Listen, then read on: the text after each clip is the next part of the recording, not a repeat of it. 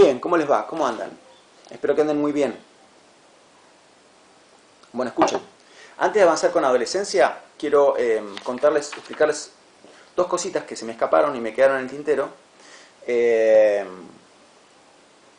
que sirven también como ejemplos para comparar el pensamiento reversible con el pensamiento, o sea, el pensamiento operatorio con el pensamiento preoperatorio, ¿no? Eh, Tiene mucho que ver con la intuición y la reversibilidad. Tendría que haberlo explicado al principio de la unidad, pero bueno, sé que son inteligentes y entendieron todo igual. Pero para que tengan todavía más armas para explicar Piaget, les cuento esto. Entonces, imagínense ustedes que, a ver, imagínense que a un chico, y de paso úsenlo como ejercicio para ver si lo sacan por ustedes mismos. Si a un chico preoperatorio le muestro un tubo, ¿no? Un tubo que de un lado está abierto y de otro lado está cerrado. Y en el tubo meto tres pelotas de diferentes colores. Azul, roja y verde. En ese orden. Una pelota azul, una pelota roja y una pelota verde. ¿Sí? Bien. Y le pregunto al chico, preoperatorio, cuando yo incline el tubo y las pelotas salgan, ¿en qué orden pensás vos que van a salir? A ver, ¿qué piensan? Bueno, me va a decir que para él van a salir en el mismo orden en que entraron. ¿Por qué? ¿Por qué? Porque su pensamiento no es reversible.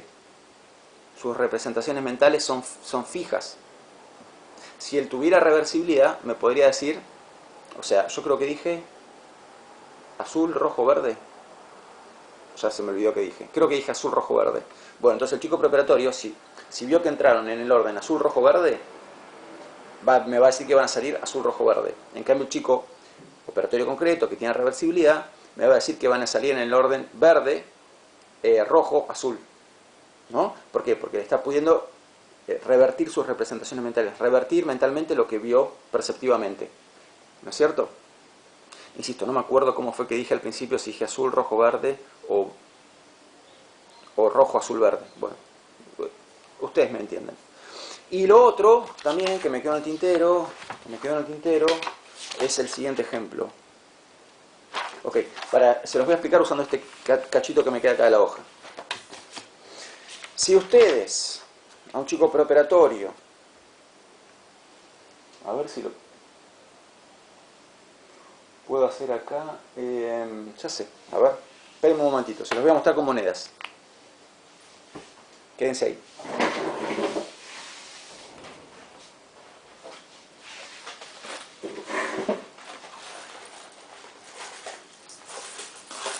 A ver, vamos a hacerlo con monedas de 1 peso, ¿sí? No, monedas de 2 pesos, porque de 1 peso no me alcanzan.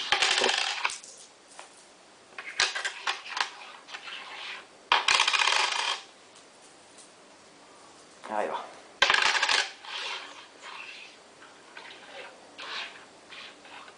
Bien, ok. Voy a agarrar la cámara. Entonces, si yo a un chico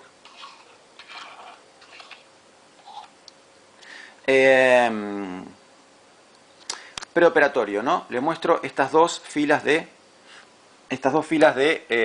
esperen que el reflejo de la luz los está matando, me parece. ¿Ver? Ahí va. Le muestro estas dos filas de monedas. Y le pregunto, bueno, ¿vos qué pensás? ¿Que acá, en esta fila, hay más que en esta fila? ¿Hay menos que en esta fila? Vamos a separar un poquito más para no confundir al chico. Ahí está. ¿Sí? ¿Vos qué pensás? ¿Que en esta fila hay más que en esta? ¿Hay menos que en esta? ¿O hay la misma cantidad de monedas que en esta? El chico mira las monedas, ¿no es cierto? Y ahí está, las ordené un poquito más. Y me va a decir, hay la misma cantidad. ¿Y qué hago yo luego? Bueno, digo, bueno, a ver, y hago así.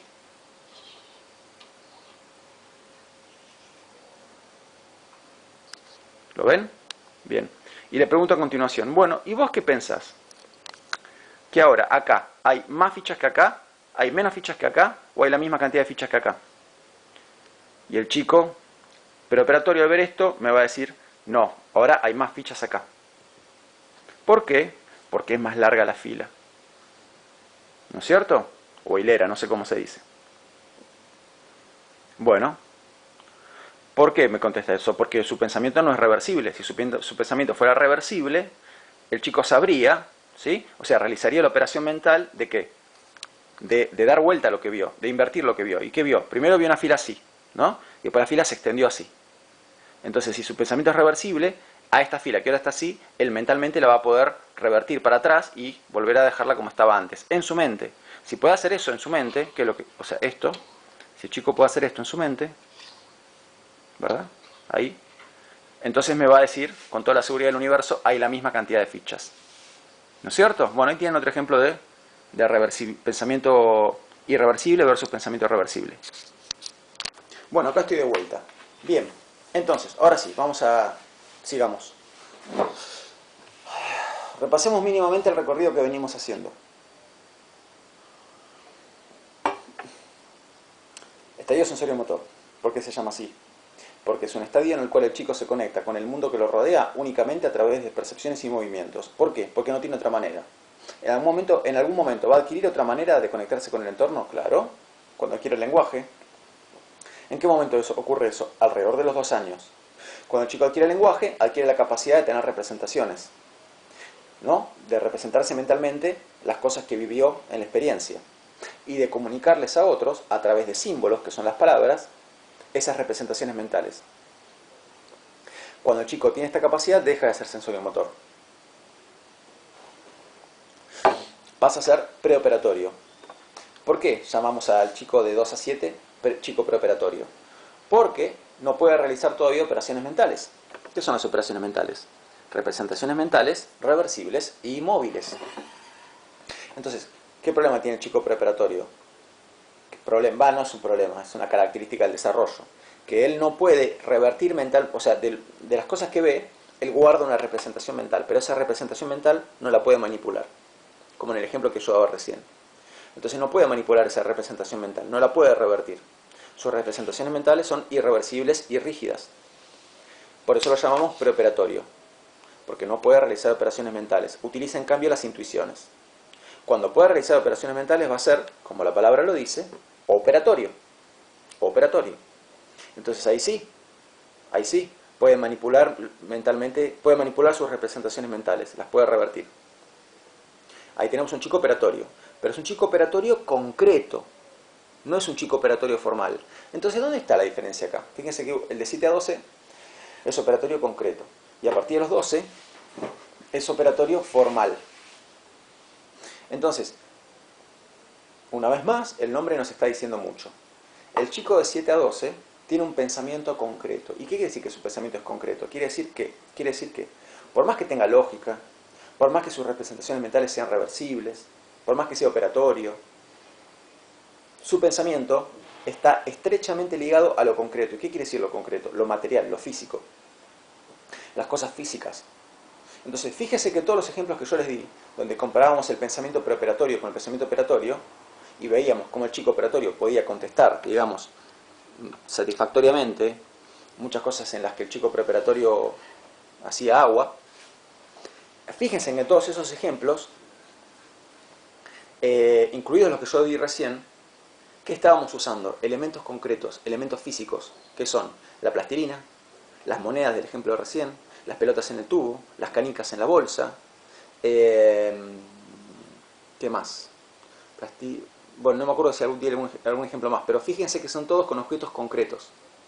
Entonces, el chico de 7 a 12 tiene un pensamiento operatorio, puede contestar satisfactoriamente problemas que requieren de pensamiento operatorio, siempre y cuando ese pensamiento operatorio esté aplicado a objetos concretos, a objetos físicos. El chico operatorio concreto fracasa cuando le pedimos que aplique su pensamiento operatorio a objetos abstractos. ¿Y qué sería un ejemplo de objetos abstractos? Por ejemplo, lo siguiente. Si yo le pregunto a un chico de 10 años, por ejemplo, le hago la siguiente pregunta. A ver, no sé, Joaquín, contame, Joaquín, si A es mayor que B, y B es mayor que C, y C es mayor que D, y D es mayor que E. Estoy tratando de acomodar lo mejor posible la cámara. Entonces decía, si A es mayor que B, y B es mayor que C, y C es mayor que D, y D es mayor que E, ¿cómo es A con respecto a E? Les pregunto a ustedes, ¿cómo es A con respecto a E? Mayor, obviamente. Lo saben por lógica. Pero, si el chico operatorio concreto tiene lógica. Bueno, esto es un problema de seriación. ¿Ven? A igual B igual C. Pero el chico operatorio concreto sabía la seriación. Ok, tiene pensamiento lógico, puede establecer series, tiene la noción de conservación y todo lo que vos quieras, pero siempre y cuando, o sea, digamos, puede contestar exitosamente esas preguntas siempre y cuando esas preguntas que le hagamos se refieran a objetos concretos, físicos, materiales, con las piedras, las monedas, la plastilina, etc. A, B, C, D, E, F no son objetos materiales, no son objetos concretos, son objetos abstractos. ¿Qué es A? Nada. ¿Qué es B? Nada. Entonces, si yo le planteo esto, un chico, el problema de A, B, C que dije recién, a un chico operatorio concreto, me va a decir, es que no sé de qué me estás hablando, no te puedo contestar. Decime qué es A, qué es B, qué es C. Porque si no, no te lo puedo contestar. En cambio, un chico que tiene pensamiento abstracto, sí. Sí. Entonces ahí tenemos la principal diferencia entre el chico operatorio concreto y el chico operatorio formal, que ya es un adolescente, el de operatorio formal.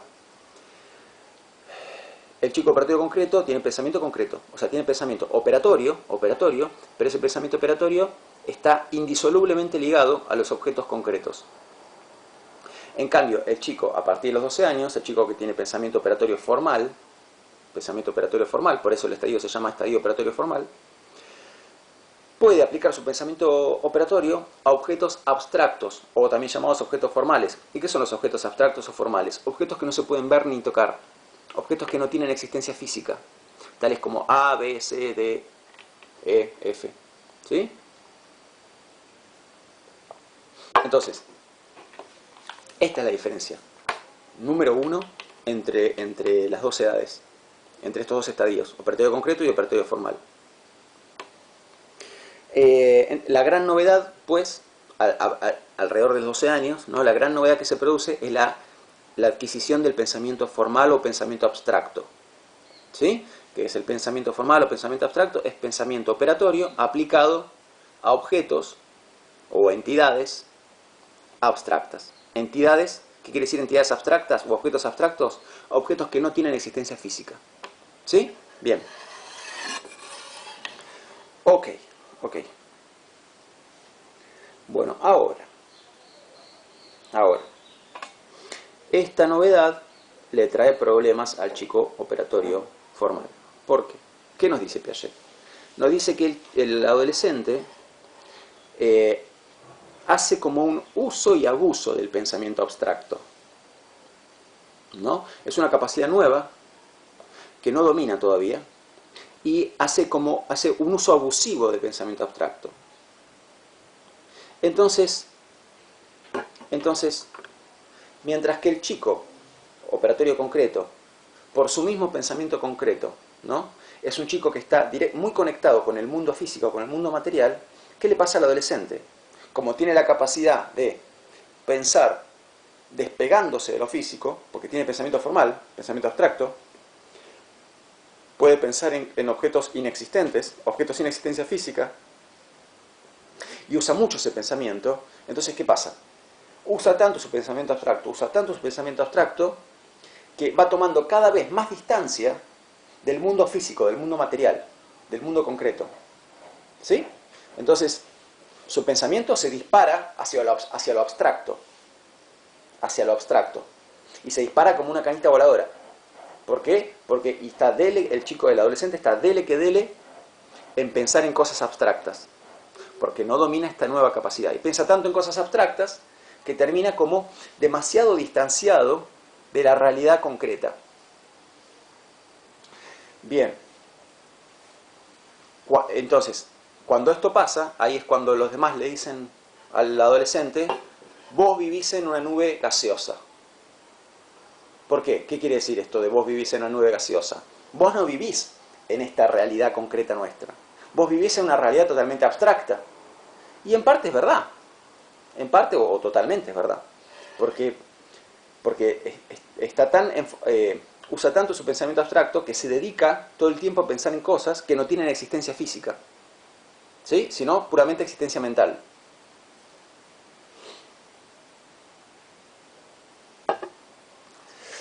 Por eso el adolescente dedica tanto tiempo, dice Piaget, a pensar en cosas como la libertad, el futuro de la humanidad, Dios, el destino. ¿Sí? Poder pensar en estas cosas es tener pensamiento abstracto, porque ninguna de estas cosas que yo dije se pueden poner arriba de la mesa como se pone arriba de la mesa las monedas que puse recién, la plastilina que les mostraba en el otro video, las canicas, etc. No se puede. Entonces, yo no puedo poner arriba de la mesa, ¿sí? Como puse 10 monedas de 2 pesos, 10 destinos, 10 libertades, 10 futuros de la humanidad. No. ¿Ven la diferencia entre objetos concretos y abstractos? Entonces, sí, es verdad, en parte o totalmente, es verdad que el adolescente queda en una nube, ¿sí? Pero ¿por qué llega a esa nube? No porque un día se le cantó, sino porque, pobrecito, no domina esta nueva capacidad que tiene, ¿no? Por eso nos dice Piaget, todo adolescente pasa por una fase inicial de aislamiento. ¿Sí? Entonces, para él, el abuso del pensamiento abstracto termina produciendo una consecuencia indeseada, ¿no? Y aparte una consecuencia negativa, porque esto es malo para el chico. O sea, el chico lo padece, el chico no disfruta de estar aislado. Entonces tanto usa su pensamiento abstracto que termina viviendo como en su propio mundo de fantasía, muy desconectado de la realidad de todas las demás personas, ¿no? Entonces acá tenemos la fase de aislamiento, Y no solo eso, sino que aparte el chico se piensa que con sus pensamientos puede cambiar el mundo, ¿no? Vos agarrás a un adolescente promedio, cuando está en esta fase, hablas con él y parece que él tiene la posta sobre cómo cambiar a la humanidad y que todo vaya bien, ¿no? Él tiene grandes planes sobre cómo debería ser el mundo. Bueno, esto es el egocentrismo metafísico del adolescente. Vieron que yo les había dicho en algún video, ya no recuerdo cuál, que en cada momento de la vida hay diferentes egocentrismos de los que hay que salir. Y hay fundamentalmente 3 egocentrismos en el desarrollo. Está el egocentrismo físico del chico sensorio-motor, ¿sí? Que se piensa que el mundo físico depende de él. Yo no lo desarrollé en el video, pero tiene que ver con un pensamiento omnipotente del bebé que piensa que las cosas que ocurren a su alrededor ocurren porque él las hizo ocurrir, ¿no? Y que si algo existe porque él lo ve, y todas estas cosas que yo decía. Bien, eso es el egocentrismo físico del bebé, del chico sensorio-motor. Tiene que salir de ese egocentrismo. En el siguiente estadio, en el preoperatorio, el egocentrismo del que hay que salir es el egocentrismo social, del cual hablamos un montón. ¿Cuándo se termina de salir? Cuando el chico se hizo operatorio concreto. El siguiente egocentrismo, pues yo les dije que son 3, es el de la adolescencia. O sea que son 4 los estadios, pero digamos que hay egocentrismo en el sensorio motor, en el preoperatorio y en el operatorio formal, ¿no? El operatorio concreto en realidad no tiene un egocentrismo que lo caracterice, sino que es la salida del egocentrismo del estadio anterior.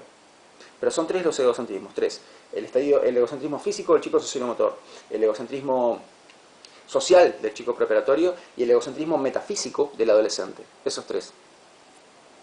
Entonces, ¿por qué hablamos de que el adolescente tiene un egocentrismo metafísico?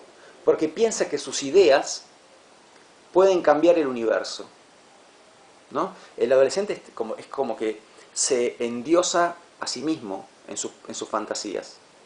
Bueno, y alternando este endiosamiento con periodos de gran depresión. Entonces el adolescente es un sujeto anímicamente muy volátil. Y por todas estas cosas la pasa mal el adolescente, ¿eh? O sea, sufre mucho. Recuerden que adolecer significa sufrir. Ok, bien.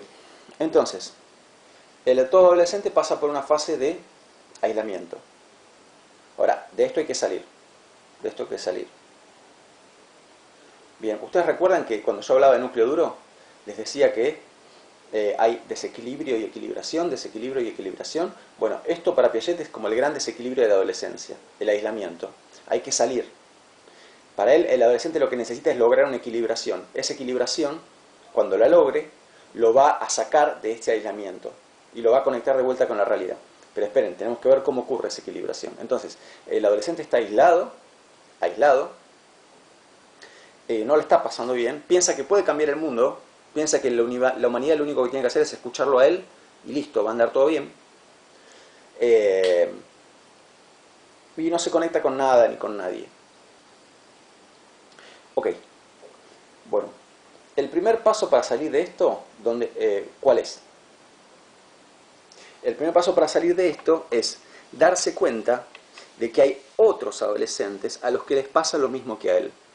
Adolescentes que sienten que el mundo está equivocado, adolescentes que están muy, muy distanciados de la realidad, muy peleados con la realidad, adolescentes que viven en sus propios pensamientos también. Entonces, cuando el chico o chica se conecte con estos otros adolescentes, va a empezar a formar ¿qué? Sociedades adolescentes. Entonces, lo primero que logra sacar el chico de su aislamiento son las sociedades adolescentes, los grupos adolescentes. Y ahí tenemos lo que sería como una segunda fase, ¿no? Las sociedades adolescentes. Ahora bien, lo bueno de las sociedades adolescentes es que sacaron al chico o chica de su aislamiento. Lo malo que es que si uno se fija en realidad, las sociedades adolescentes, los grupos adolescentes, se juntan a hacer ¿qué? A ver, piénsenlo por un momento.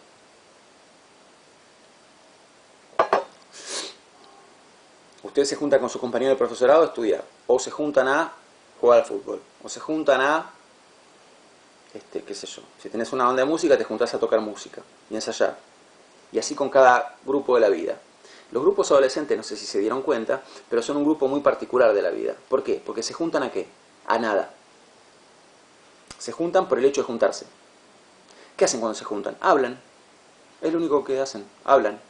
Sobre lo mal que está el mundo, sobre que el mundo tiene que cambiar, que el mundo no los entiende, etcétera, etcétera, etcétera. ¿No? Entonces ven que se avanzó, pero un poquito se avanzó. Se avanzó en sacar al adolescente de su aislamiento. Pero no se avanzó en reconectarlo con la realidad, porque todavía cuando el adolescente se agrupa con otros adolescentes, salió de su aislamiento, pero todavía no está conectado con la realidad.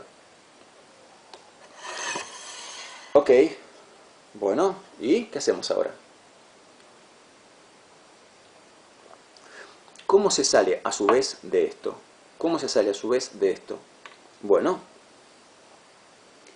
Piaget nos dice lo siguiente. El adolescente va a salir de esa fase cuando se convierta de reformador a realizador.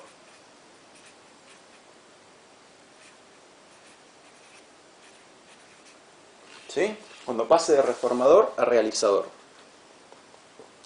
Bueno, ¿qué quiere decir reformador? La palabra reformador viene del ámbito jurídico. Un reformador es alguien que quiere cambiar las leyes. Pero un reformador no es alguien que cambia la realidad. Cambia las leyes. Dice, esto que es así, bueno, debería ser de tal otra manera. Eso es el reformador. En cambio, realizador es alguien que hace realidad lo que dice. Entonces, ¿cómo se va a dar este pasaje de reformador a realizador? Fíjese qué interesante que es. Nosotros tenemos al adolescente de un lado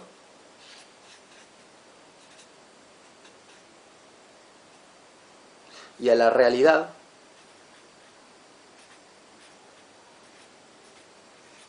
del otro lado, ¿sí? El adolescente y la realidad. Bien. Mientras el chico todavía está en la fase de las sociedades adolescentes, tenemos a un adolescente que está lleno de un montón de ideas abstractas sobre cómo debería ser la realidad, ¿sí? Pero ¿qué hace este adolescente? No entra en contacto con esta realidad. Dice que sabe cómo cambiarla, pero no la toca a esta realidad. Entonces, ¿cuándo va a empezar a cambiar el asunto? Cuando el adolescente empieza a poner manos a la obra. Manos a la obra. ¿Sí? Entonces, imaginemos un adolescente que, supónganse, está convencido de que sabe cómo debería ser el sistema social para que no haya ningún tipo de, por ejemplo, indigencia en la sociedad, que no existe la pobreza, ¿no? Entonces, y vos hablás con el pibe o piba y te habla, bla, bla, bla, y tiene todo armado, vos lo escuchás y tiene armado todo el sistema de cómo tiene que ser la sociedad, para que no haya más pobreza en ningún lado, ¿no? Bueno, uno sabe que nada es tan sencillo como el adolescente lo dice. Pero, ¿qué nos dice Piaget?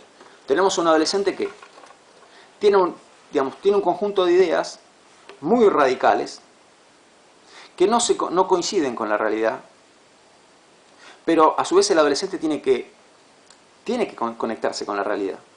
Entonces, ¿qué dice Piaget? Bueno, en realidad lo que tiene que hacer el adolescente es poner manos a la obra, tratar de cambiar la realidad. Tiene que empezar a contactarse con la realidad.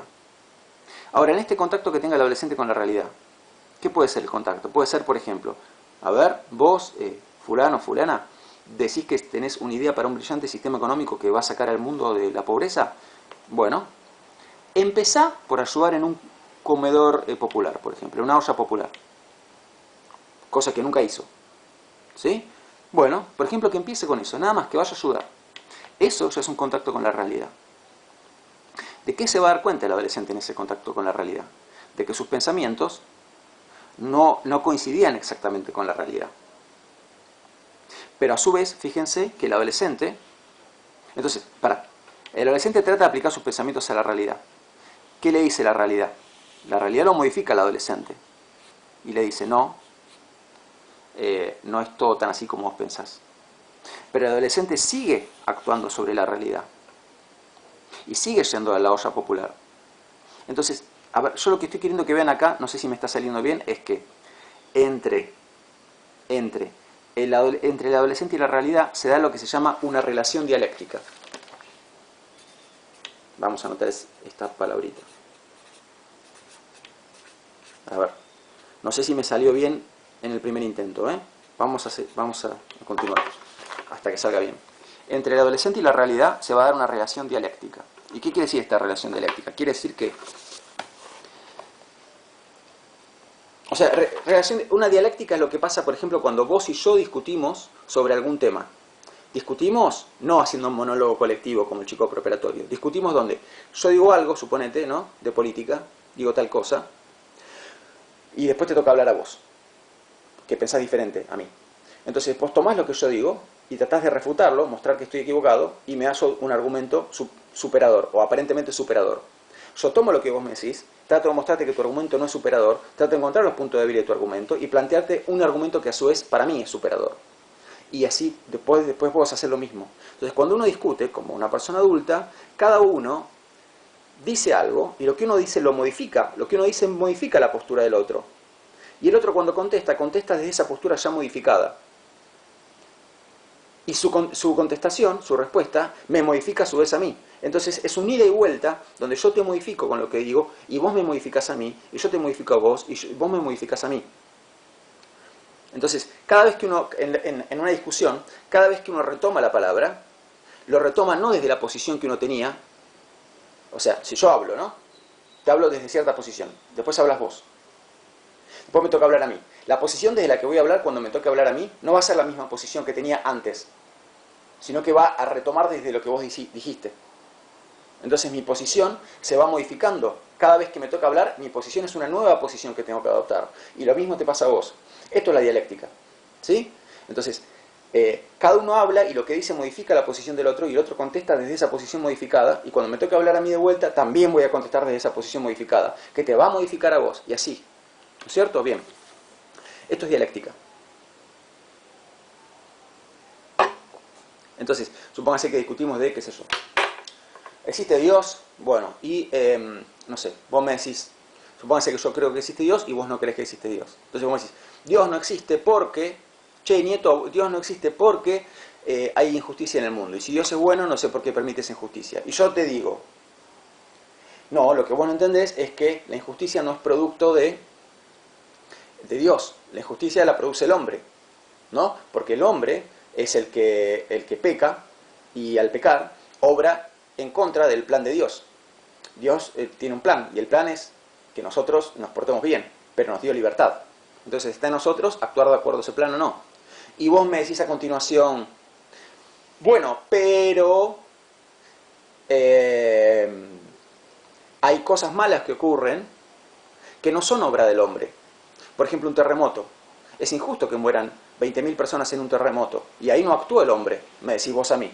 Ven que ya, o sea, buscás refutarme, pero lo que te estás diciendo ahora no fue lo mismo que dijiste la vez anterior, sino que lo que decís ya está modificado por lo que yo dije. Tomás lo que yo dije. Lo que yo dije modificó tu postura. Y vos me contestás a mí desde una postura ya modificada, porque me estás hablando del terremoto, ¿no? Y eso a mí ahora me va a obligar a contestar desde otro lugar, porque si yo ahora te repito, no, lo que pasa es que el que se porta mal es el hombre, entonces el mal proviene del pecado. Yo no te voy a contestar esto. Esto es decir lo mismo que dije antes. Esto es hacer monólogo colectivo. Esto hacen los locos, ¿no? Bueno, yo te voy a contestar desde una postura ya modificada. Vos me estás diciendo que el terremoto también es algo malo y no es obra del hombre. Y evidentemente Dios lo permite, porque si Dios creó la tierra, ¿cómo no va a poder impedir un terremoto? Entonces yo ahora tengo que ver cómo te contesto a esto, ¿no? Bien, esto es la dialéctica. Esto es la dialéctica. Entonces, y sigo con esto porque ya lo del terremoto se me complica un poquito contestar. O sea, en verdad, lo que te tendría que contestar es que el terremoto no es malo. Porque para vos el terremoto es malo porque estás pensando en la muerte. Y la muerte no es mala. Lo único malo es pecar. Es un punto de vista muy radical, pero coherente. Coherente. Y así seguiría la discusión, ¿no? Y vos ahora tendrías que contestarme, no, sí, la muerte es mala porque... Y seguimos, y seguimos, y seguimos. Ok, bien, muy bien. Bueno, volvamos acá. Entonces, entre el adolescente y la realidad se va a dar una relación dialéctica. Una relación dialéctica, donde lo que el adolescente hace modifica un poquito la realidad, y la realidad modifica un poquito al adolescente, y luego el adolescente modifica un poquito la realidad, y luego la realidad modifica un poquito al adolescente, y así. Esto es una relación dialéctica. ¿Por qué decimos que el adolescente modifica un poquito la realidad? Porque la olla popular de la que les estoy hablando ganó un colaborador más. Hay una persona más ayudando en la olla. ¿Ven que en algo se modificó la realidad? Esa es una olla popular que funciona mejor que antes. Pero a su vez la realidad le muestra al adolescente que no era la cosa como él pensaba, que era cuestión de aplicar sus ideas y ya desaparecía la pobreza. No era así. Entonces el adolescente va a tener que ajustar sus ideas sobre la pobreza. Y va a pensar, bueno, esto no era tan así como yo pensaba. ¿Y cómo podría ser un mejor plan para eliminar la pobreza? Y podría ser de tal manera. Y prueba de aplicarlo en la realidad. Y la realidad, una vez más, con la acción del adolescente, se va a ver modificada, un poquito modificada. No como el adolescente querría, pero se va a ver un poquito modificada. Y a su vez va a modificarlo al adolescente y le va a acomodar todavía más sus pensamientos. ¿Sí? Entonces, en este ida y vuelta dialéctico, el adolescente se va pasando de reformador a realizador. De reformador a realizador. Yo no me canso de rescatar en esto lo que Piaget está diciendo. ¿Por qué? Porque fíjense ustedes que todo el mundo le dice al adolescente, nene, vos estás equivocado, vas a crecer y vas a ser adulto cuando entiendas que todo lo que pensás es un error y que la realidad es como es y no la puedes cambiar. Piaget no dice eso. Ni dice eso, que el adolescente está 100% equivocado y la realidad no la puedes cambiar, ni dice lo contrario, che, adolescente, tenés razón, sos un capo total de la vida. El mundo está equivocado y el que tiene razón sos vos. No dice ni una cosa ni la otra. ¿Qué hace Piaget? Piaget es como que desafía al adolescente, le dice, a ver cómo es lo que decís. Trata de ponerlo en práctica. A ver, mostrame un poquito cómo es. Y cuando trate de ponerlo en práctica, va a pasar esto. Esto de que Piaget desafía al adolescente es metafórico, no es que Piaget andaba por ahí desafiando a los adolescentes en la calle, ¿no? El planteo teórico es como un planteo que lo que muestra es que si bien es verdad que el adolescente está equivocado cuando piensa que puede cambiar el mundo, es mentira que la realidad no puede cambiar, ¿no? Entonces, ni el adolescente tiene razón cuando dice que puede cambiar el mundo y que todo el mundo le tiene que hacer caso, porque él tiene la posta de la vida, ni tampoco tiene razón una persona que piensa que la realidad no puede cambiar. La realidad sí puede cambiar. No puede cambiar como el adolescente la querría cambiar. Eso no se puede. ¿Sí? Sino que la manera de salir de la adolescencia, la manera de convertirse en adulto es este intercambio dialéctico. Y en realidad Piaget dice que el adolescente para convertirse en adulto tiene que lograr dos cosas. Entonces, recapitulando. No sé si recapitulando es la palabra. Que quede claro esto. El adolescente tiene que llegar adulto. Para que el adolescente llegue adulto, para que se convierta en adulto, hace falta que para que el adolescente se convierta en adulto, hace falta que logre dos cosas. Una es lo que escribe acá arriba. Pasar de reformador a realizador. Y la otra cosa que el adolescente tiene que lograr para convertirse en adulto es formar su personalidad.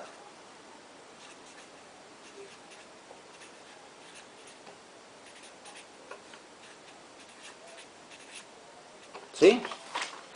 Las dos cosas.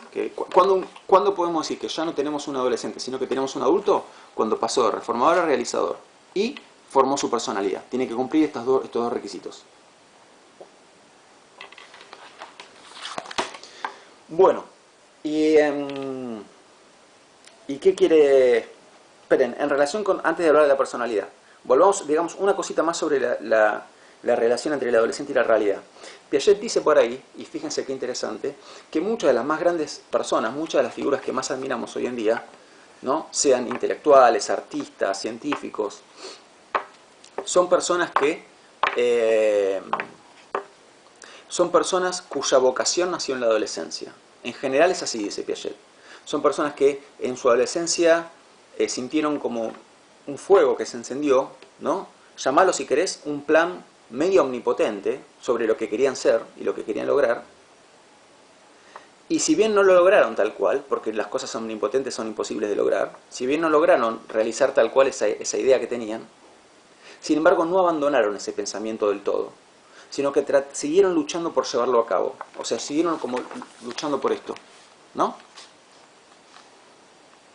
Entonces, si vos mirás, por ejemplo, la biografía de un gran artista, te vas a dar cuenta de que en algún momento de su adolescencia nació su vocación artística.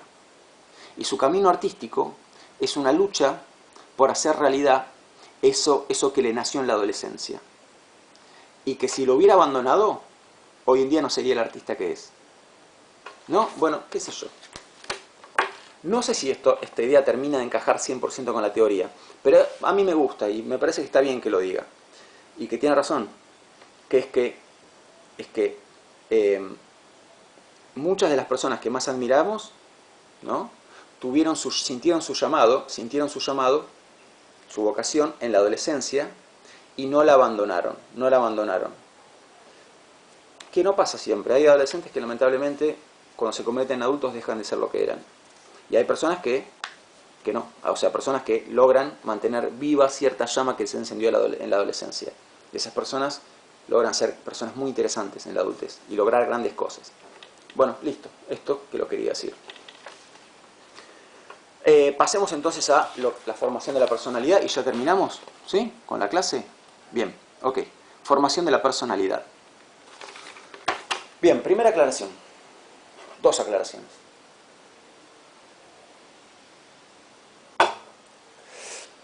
Es un tema que no está muy claro en el texto. Así que voy a explicarlo con la mayor claridad que pueda y sin más claridad que eso. No puedo ser más claro que lo que el texto dice. Yo acá soy el mensajero, no soy el originante del mensaje. Así que voy a tratar de explicarlo con la mayor claridad que se pueda. Eso por un lado. Por otro lado, el significado que le da Piaget a la palabra personalidad no es el significado que cotidianamente se le da a la palabra. Entonces, cotidianamente, ¿qué entendemos por personalidad? La personalidad es como tu manera de ser, ¿no? Tus características como persona. Bueno, eso no es el significado de la palabra personalidad en Piaget.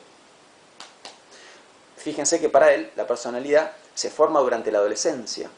Antes de la adolescencia no hay personalidad. La personalidad se forma durante la adolescencia. Entonces, ¿Qué entiende Piaget por personalidad? Bueno, a ver, y acá viene la parte complicada. Bueno, tengo que tratar de explicar lo mejor posible, lo más claramente posible, algo que en el texto no está muy claro. Repito, la personalidad no existe ante la adolescencia, hay que formarla en la adolescencia. Para ser adulto hay que haberla formado. ¿Y cuál es el momento de formarla? La adolescencia. Entonces, ¿qué es la personalidad? La personalidad sería algo así como, no anoten todavía, escúchenme. Digieran todo y después ven cómo la anotan, pero escúchenme. La personalidad sería algo así como tu rol en la obra de teatro, tu papel en la película. Solo que acá, ¿cuál es la obra de teatro? ¿Cuál es la película? La vida. ¿Quiénes son los actores? La comunidad de la que somos parte. ¿Cuál es tu rol en esa comunidad, en esta película? Eso es lo que tienes que encontrar. Encontrarlo no es fácil. Entonces, ¿qué es formar tu personalidad?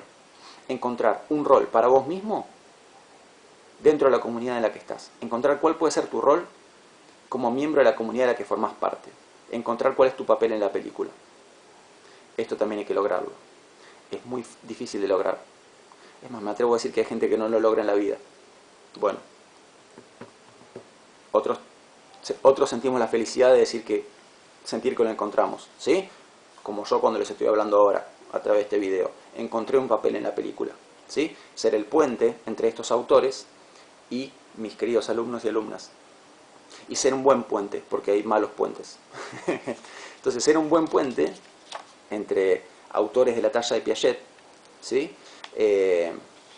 Y nosotros, que somos los simples mortales, ser ese puente es una de mis vocaciones en esta vida, y me encanta hacerlo. Porque yo pude llegar a ser el docente que soy y a saber lo que sé gracias a que yo tuve docentes que fueron grandes puentes, ¿no? Grandes explicadores de autores que sin ellos yo no los hubiera podido entender. Entonces eso es lo que yo quiero ser hoy en día, ¿sí? Y fíjense que en este caso que le estoy diciendo, yo no sabía que quería ser docente al terminar la secundaria. Es más, yo empecé y dejé 3 carreras, y la cuarta que empecé fue psicología, y la empecé porque quería atender, y después me di cuenta de que más que atender yo quería dar clase. ¿Y en qué momento de la vida empecé el profesorado? A los 21 años empecé a hacer materias del profesorado. O sea que fíjense que encontrar ese lugar, encontrar ese papel en la película, no es nada fácil. Y lo encontré, ¿eh?